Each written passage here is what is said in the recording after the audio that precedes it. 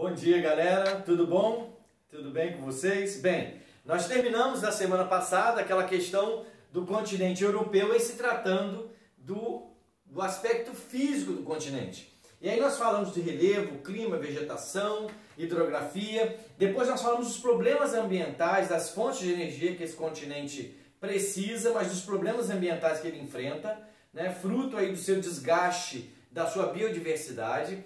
Mas hoje nós vamos começar a falar sobre a economia, né? E sobre a população desse continente. Bem, é um continente que a gente já sabe que ele tem um alto índice, né? Países com altos índices econômicos e sociais. Mas nós vamos ver aqui no mapa agora, então, como que se dá as características particulares e bem peculiares a alguns países aqui, de economia extremamente avançada e alguns de economia extremamente frágil, tá bom? Então vamos lá. Bem, então vamos lá. Nós estamos falando desse continente europeu e hoje nós vamos tratar da questão da economia e da população. Você sabe, né, e a gente tem um fluxo muito grande de brasileiros que hoje vão em direção à Europa, principalmente em direção a Portugal, tá? Nós temos aí um grande fluxo de brasileiros indo para Portugal, né, buscando opções de melhor condições de vida, trabalho nesse continente. Bem, embora o continente europeu ele seja conhecido pelos altos índices econômicos e sociais, mas existem grandes diferenças entre esses países aqui. Existem países como a Alemanha, que se desponta como uma das maiores economias do mundo, mas você tem alguns países de economias mais frágeis. Portugal, Espanha, Grécia, países de economia mais frágeis, né? Há países que se destacam economicamente, né? Eu falei agora para vocês, né? Alemanha, França, são países que têm um destaque, na verdade, econômico. Mas há países também que eles vivem com economias menos destacadas. Que aí, no caso, você tem Noruega, você tem Dinamarca, Suécia, países com economias menos avançadas, né? É interessante, nós temos pessoas da nossa cidade que moram aqui na Dinamarca, né? Quando nós estávamos presencial, nós convidamos essa pessoa e alguns dinamarqueses foram aí na nossa escola e nós tivemos a possibilidade de conversar com eles. É lógico que, em se tratando de grau de desenvolvimento, quando eu falo que são economias mais frágeis, mas muito diferente e muito melhores que o Brasil, né? Que a nossa economia. Então há países com economias menos dinâmicas.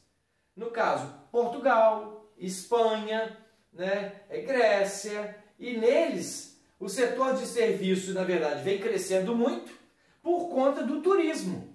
E é bom lembrar que o turismo ele é uma grande fonte, né, econômica para esse continente. É um dos continentes o continente mais visitado por turistas no mundo, né? Tem uma ascensão aí o turismo nesse país. Aí você tem França, que é muito visitado, Itália muito visitado, Alemanha muito visitada, né? Portugal, Espanha, esses países mais voltados para o Mediterrâneo, países que são de economias mais frágeis, mas eles dependem desse turismo. É interessante, né, de perceber como que o turismo ele vai alavancar a economia de alguns países europeus, né?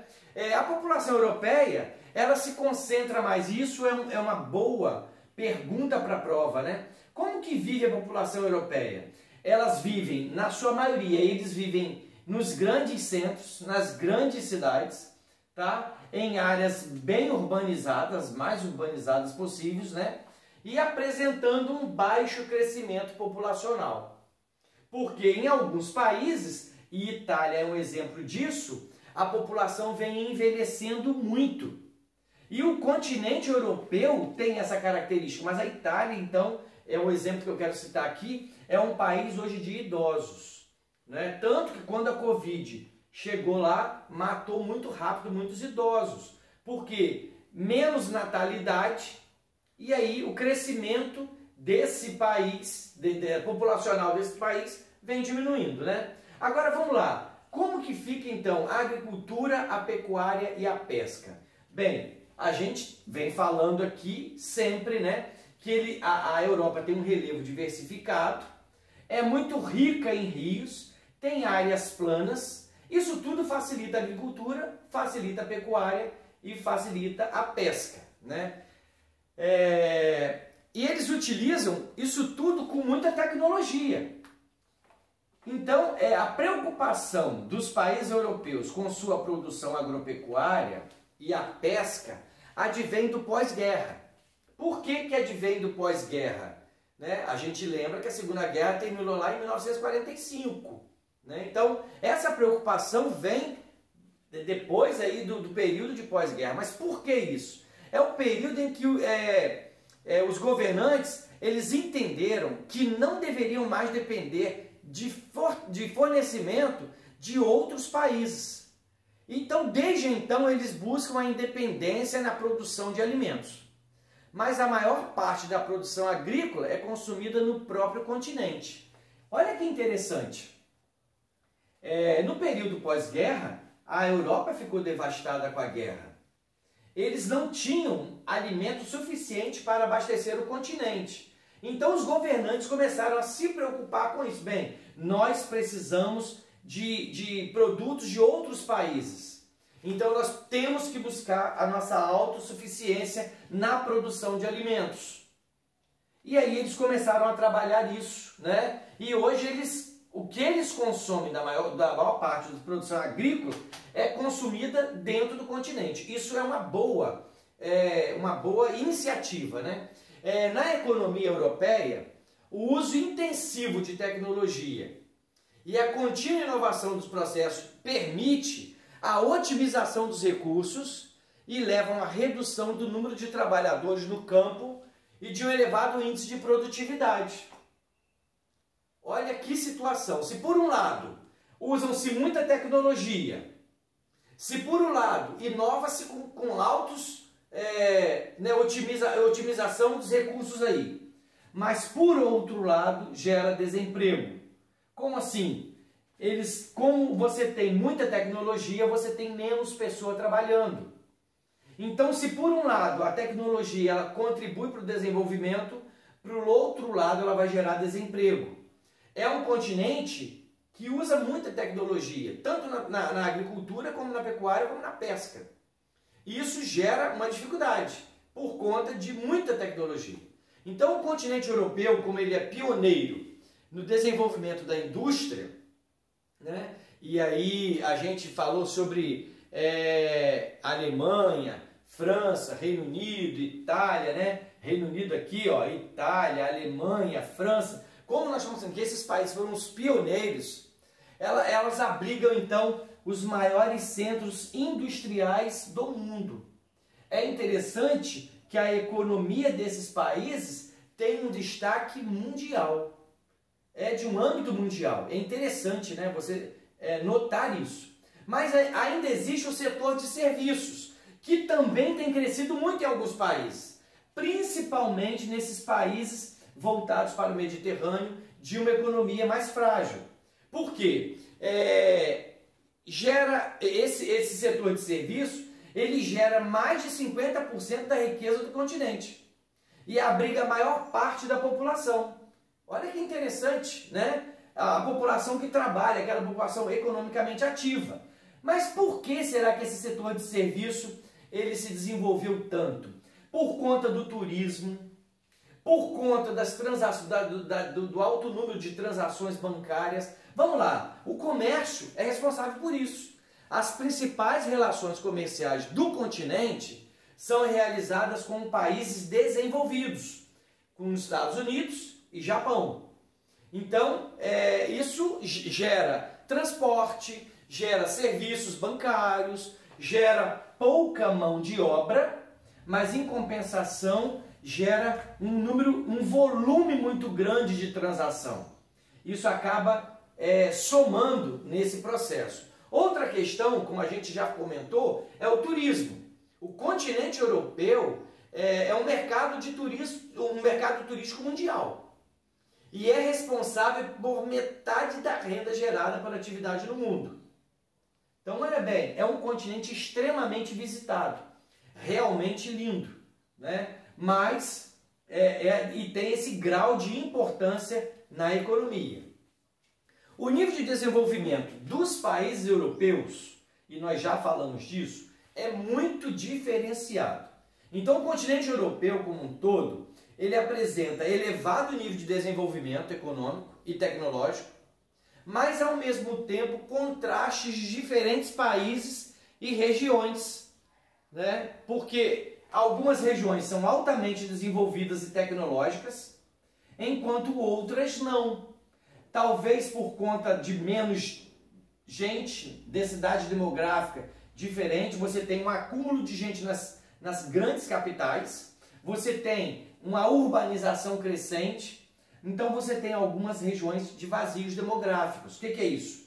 No caso aqui, o extremo norte da Europa, você tem baixa densidade demográfica, um número menor de pessoas.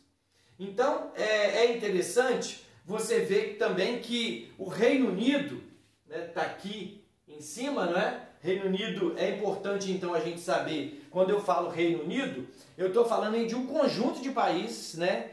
Com algumas situações de tratado, como Irlanda do Norte, Grã-Bretanha, né? Então eu estou falando dessa parte aqui do mapa e nessa semana que vem você terá na sua atividade um mapa da Europa para você localizar aí os países europeus e quem sabe escolher um país desse para você, né, morar ou trabalhar ou estudar, quem sabe. Quais são os destaques então aqui no Reino Unido? Dos tipos de indústria? São as indústrias têxteis, siderúrgica, indústria de transformação como automobilística, eletromecânica. Na França, você já tem uma das mais, na verdade, uma diferença, né, por conta do relevo. Você tem aí, uma das áreas mais agradáveis da Europa, né? Por conta do clima, do relevo. O turismo é muito importante, mas tem um problema na França, né? A falta de recursos para a produção de energia, porque leva a importar carvão, por exemplo. Então nós já falamos disso no capítulo anterior, né? Porque alguns países, algumas regiões da Europa, elas estão já no seu limite. Então as jazidas carboníferas elas já se acabaram. Por quê? Porque, na verdade, a exploração de muitos séculos atrás, né? Então isso gera um grande problema. A Alemanha, então, o setor industrial que se destaca aqui na Alemanha, o setor mais desenvolvido é o siderúrgico, né? Por conta da abundância de carvão mineral, né? E da rede hidrográfica que favorece esse desenvolvimento siderúrgico na Alemanha.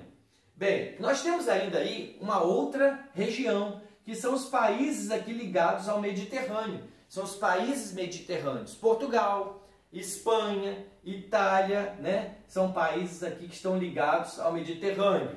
Bem, esses países, eles possuem pontos comuns em sua estrutura econômica. Por exemplo, eles produzem indústria têxtil, de calçadista, revestimentos cerâmicos, turismo, né? Eles possuem características econômicas comuns.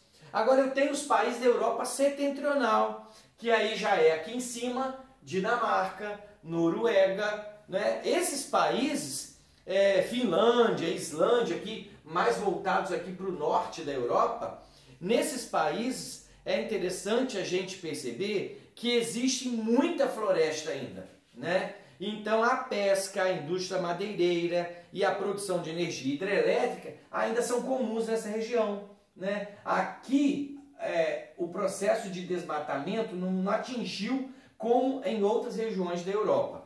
Bem, mas quais são as características demográficas então desse continente?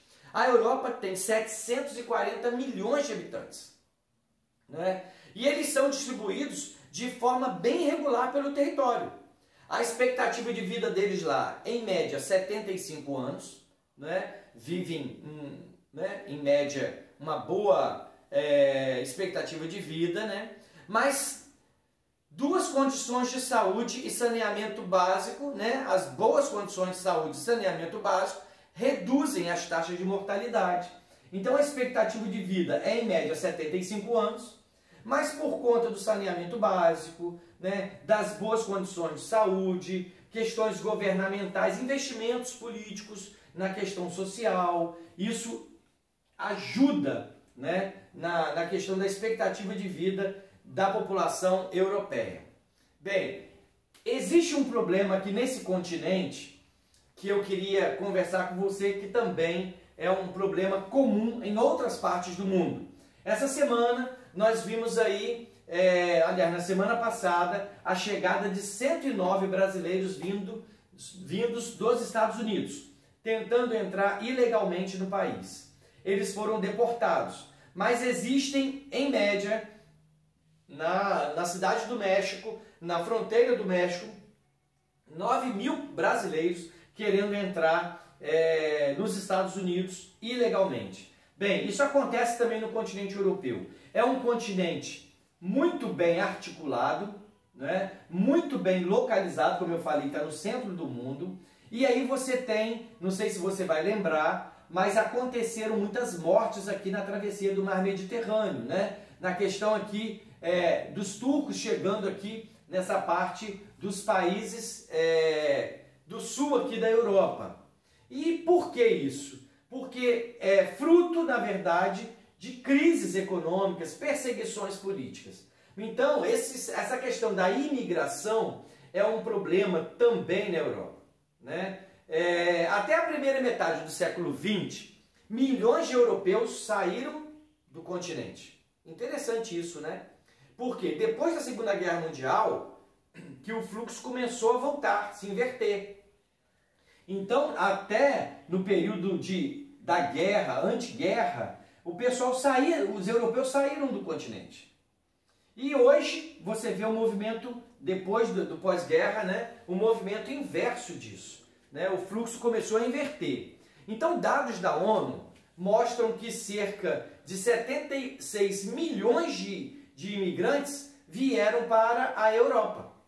Em decorrência de quê? Crise econômica, né, em busca de uma melhor qualidade de vida, de trabalho, de estudo, né? Então, os países como no norte da África aqui, eles vivem em guerras, problemas, conflitos políticos, religiosos. E esses africanos, norte-africanos, também asiáticos, né, americanos, vão para esse continente em busca disso que eu falei, né? As causas dessa imigração podem acontecer até dentro do próprio continente. Quando